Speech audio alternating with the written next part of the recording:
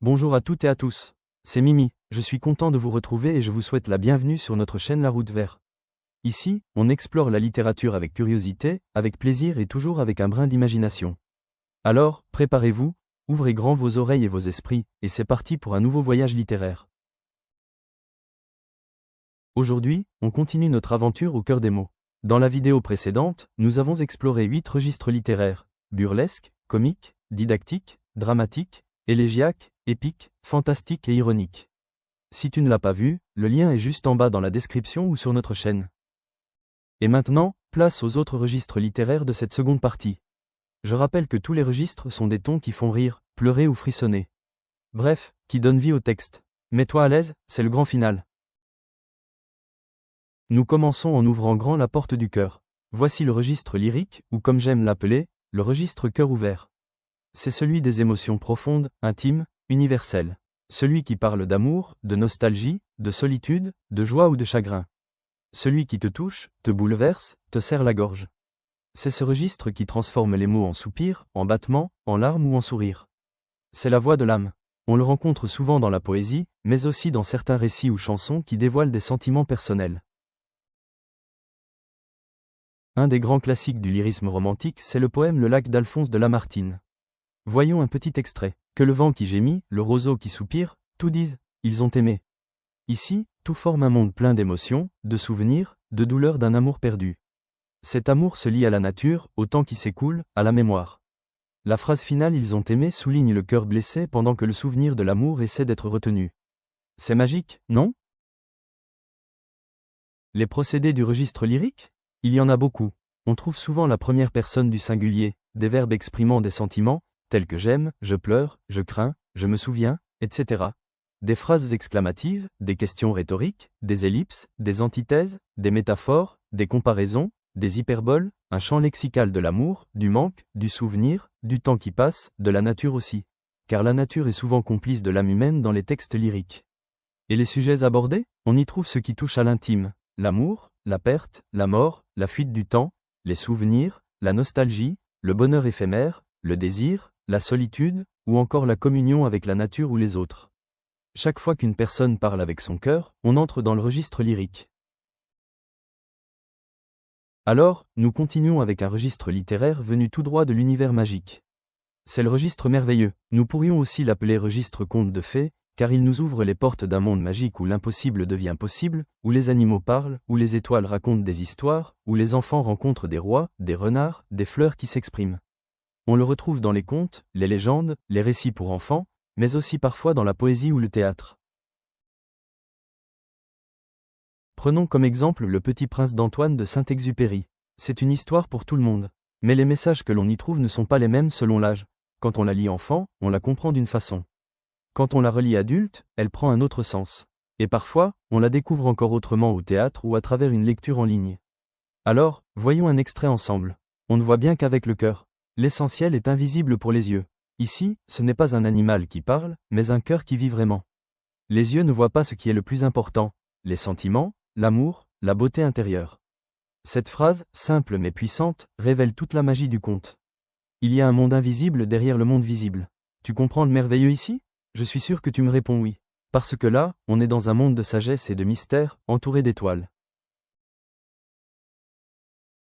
Les procédés? On y trouve des personnifications, des métaphores, des répétitions, un vocabulaire doux, parfois mystérieux, et bien sûr, des personnages de contes. Dieux, déesses, princes, princesses, anges, démons, fées ou dragons. Et les sujets? L'amitié, la découverte, la sagesse, la perte, l'émerveillement face au monde. Chaque fois qu'un texte t'emmène dans un ailleurs merveilleux, avec la naïveté et la profondeur du regard d'un enfant, tu es dans le registre conte de fées, le registre merveilleux. Un nouveau registre entre en scène. On l'appelle registre oratoire, mais ici, nous pourrions l'appeler registre discours, car il met en lumière la puissance de la parole. C'est le domaine des idées, des arguments, des discours forts. On veut convaincre, persuader, toucher un public, faire bouger les esprits. On retrouve ce registre dans les grands discours politiques, religieux ou philosophiques, mais aussi dans les plaidoyers au théâtre. Un exemple? On en trouve dans les essais philosophiques de Jean-Jacques Rousseau, comme du contrat social. Analysons cette phrase célèbre: l'homme est né libre, et partout il est dans les fers. Quel début, n'est-ce pas? Une affirmation puissante, rythmée, presque choquante. Elle interpelle, secoue, provoque une réflexion. Elle ouvre un discours, une argumentation, une prise de position. Quel procédé dans le registre discours? On y trouve des antithèses, des métaphores, des hyperboles, des comparaisons, des anaphores, des phrases courtes, des questions rhétoriques, des exclamations, des verbes à l'impératif, et bien sûr, l'emploi du je ou du nous, pour créer une proximité, une complicité. Et les sujets? Ce registre sert à défendre une idée, une cause, une opinion. On y parle de liberté, de justice, d'égalité, de société, d'humanité. Chaque fois qu'un texte veut parler fort, pour être entendu, qu'il veut toucher ta raison ou ton cœur pour faire réagir, tu es dans le registre oratoire. Alors, continuons avec un registre qui adore imiter, mais jamais sans rire. C'est le moment d'entrer dans le registre parodique, ou comme je l'appelle ici, le registre copieur-moqueur. Pourquoi ce nom? Parce qu'il reprend les codes d'un texte sérieux ou connu pour le tourner en dérision. Il copie, oui, mais pour se moquer, jouer, détourner. Tu vois l'idée? On transforme un héros en peureux. On traite une épopée comme une farce. On rencontre ce registre surtout dans le théâtre, où l'on déforme des œuvres sérieuses pour les tourner en ridicule. Un exemple de registre parodique, c'est le Virgile travesti de Paul Scarron, une œuvre qui détourne l'Énéide de Virgile. Tout y est exagéré, déplacé, grotesque. Énée, héros courageux dans l'original, devient lâche, maladroit, presque ridicule. Voici un extrait. Il tremble, il sue, il crie, il se blottit derrière un tonneau, et jure que s'il s'en sort, il deviendra moine aussitôt. Ici, au lieu du héros noble et stoïque, on découvre un homme paniqué, en sueur, qui jure de changer de vie pour échapper au danger. Tu imagines Énée, le grand héros de l'Énéide, caché derrière un tonneau comme s'il craignait l'orage? C'est ridicule, le mythe perd toute sa majesté. Le registre parodique repose sur plusieurs procédés, souvent combinés pour accentuer l'effet comique. On y trouve des exagérations, des caricatures, des anachronismes. L'ironie et la moquerie y sont omniprésentes. Enfin, le lexique joue un rôle essentiel. Il est souvent décalé, utilisant des mots familiers ou argotiques pour évoquer des situations nobles ou mythiques, ce qui amplifie le comique de situation. Quant aux sujets abordés dans le registre parodique, ils touchent à des genres ou des textes considérés comme sérieux, installés, parfois même sacrés. L'épopée, la tragédie, les discours politiques, les contes ou encore les textes religieux peuvent devenir matière à parodie. Il permet de questionner l'autorité d'un modèle, de rire de ce qui semble rigide ou trop sérieux, ou tout simplement de s'amuser avec la langue et les codes littéraires. Le registre mouchoir, oui, tu l'as deviné, c'est notre nom pour le registre pathétique. C'est le registre des émotions douloureuses, de la souffrance humaine, de la détresse, des larmes. Quand un texte cherche à émouvoir profondément, à attendrir, à faire pleurer ou à révolter devant une injustice, on est dans le pathétique. On le trouve dans les tragédies, dans certains romans réalistes qui montrent la misère ou la douleur, dans la poésie élégiaque et même dans les discours qui dénoncent les injustices.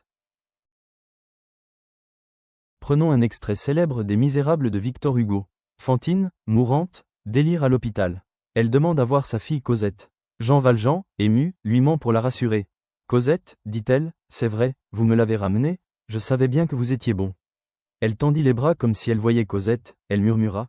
Mon enfant, ma petite, je te vois. Et elle mourut. Tu sens cette douleur? Cette scène est déchirante. Le lecteur compatit à la souffrance d'une mère pauvre, rejetée par la société, qui meurt sans revoir son enfant. Et pourtant, à la fin, elle part apaisée, croyant que Cosette est près d'elle. Hugo joue avec nos émotions, il nous fait souffrir tout en offrant à Fantine une dernière illusion de bonheur. Le registre pathétique utilise plusieurs procédés. Il y a souvent un champ lexical de la souffrance, de la tristesse, de la mort, de la misère. Les phrases sont courtes, les exclamations nombreuses, les appels fréquents. Il y a aussi souvent une injustice sociale ou morale qui renforce l'émotion. Quant aux sujets abordés, ce sont ceux de la condition humaine, la pauvreté, l'abandon, la solitude, la maladie, la mort, la séparation, l'humiliation, l'amour perdu. Ce registre ne cherche pas à expliquer, mais à émouvoir, à toucher droit au cœur. Un registre qui entre avec colère et passion dans le débat, le registre polémique. Appelons-le le registre coup de poing, car il attaque, dénonce, secoue les consciences.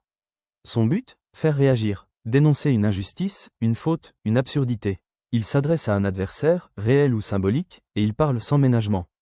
On le rencontre dans les pamphlets, les essais, les articles de presse engagés, mais aussi dans certains discours politiques ou philosophiques.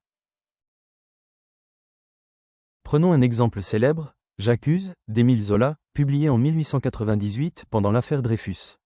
Dans cette lettre ouverte au président de la République, Zola accuse publiquement l'État français d'avoir condamné un innocent. Voici un extrait. J'accuse le général Mercier de s'être rendu complice d'une des plus grandes iniquités du siècle. J'accuse les 3 experts en écriture d'avoir fait des rapports mensongers. J'accuse le général Billot d'avoir eu entre les mains les preuves certaines de l'innocence de Dreyfus. Dans cet extrait, Zola désigne clairement ses ennemis à travers l'anaphore j'accuse. Il les nomme, il attaque directement, avec une violence verbale maîtrisée. Il veut attirer l'attention du public, dénoncer une injustice, défendre une cause précise. Mais attention, ce registre peut aussi être utilisé dans un autre but. Car parfois, l'indignation peut masquer la manipulation. Il arrive que certains utilisent ce ton fort non pas pour défendre la justice, mais pour imposer leurs idées. Il faut donc rester attentif au message réel derrière les mots.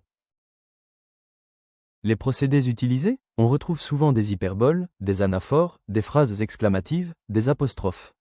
Le vocabulaire est fort, incisif, parfois sarcastique, souvent indigné. Le pronom je affirme la position de l'auteur, et le nous cherche à créer une alliance avec le lecteur ou l'auditeur. Les sujets abordés, la politique, la justice, la liberté, les inégalités, les droits de l'homme. Ce registre intervient quand la vérité semble en danger, menacée d'être altérée, corrompue ou même oubliée. C'est la tour d'un registre discret, mais puissant, le registre réaliste. Appelons-le le registre miroir du quotidien, car il reflète avec précision les petits faits vrais, les gestes ordinaires, les paroles simples. Pas de drame spectaculaire ni de héros flamboyants ici, le réel, juste le réel, dans toute sa complexité. Ce registre cherche à montrer le monde tel qu'il est, sans exagération, sans illusion. Il rend compte de la société, des habitudes, des contraintes, des espoirs. Souvent déçus, on le trouve où ? Dans le roman réaliste du XIXe siècle, mais aussi dans les récits contemporains qui veulent s'ancrer dans le réel, description de la vie quotidienne, romans sociaux, enquêtes romanesques. Prenons un extrait de Madame Bovary de Gustave Flaubert. Dans ce roman, Emma rêve de passion et de grandeur. Mais la réalité de la vie provinciale, le mariage banal, les attentes sociales, la rattrape peu à peu. Voici un passage. Avant le mariage, elle avait cru avoir de l'amour. Mais le bonheur qui aurait dû résulter de cet amour n'étant pas venu, elle devait s'être trompée, pensait-elle.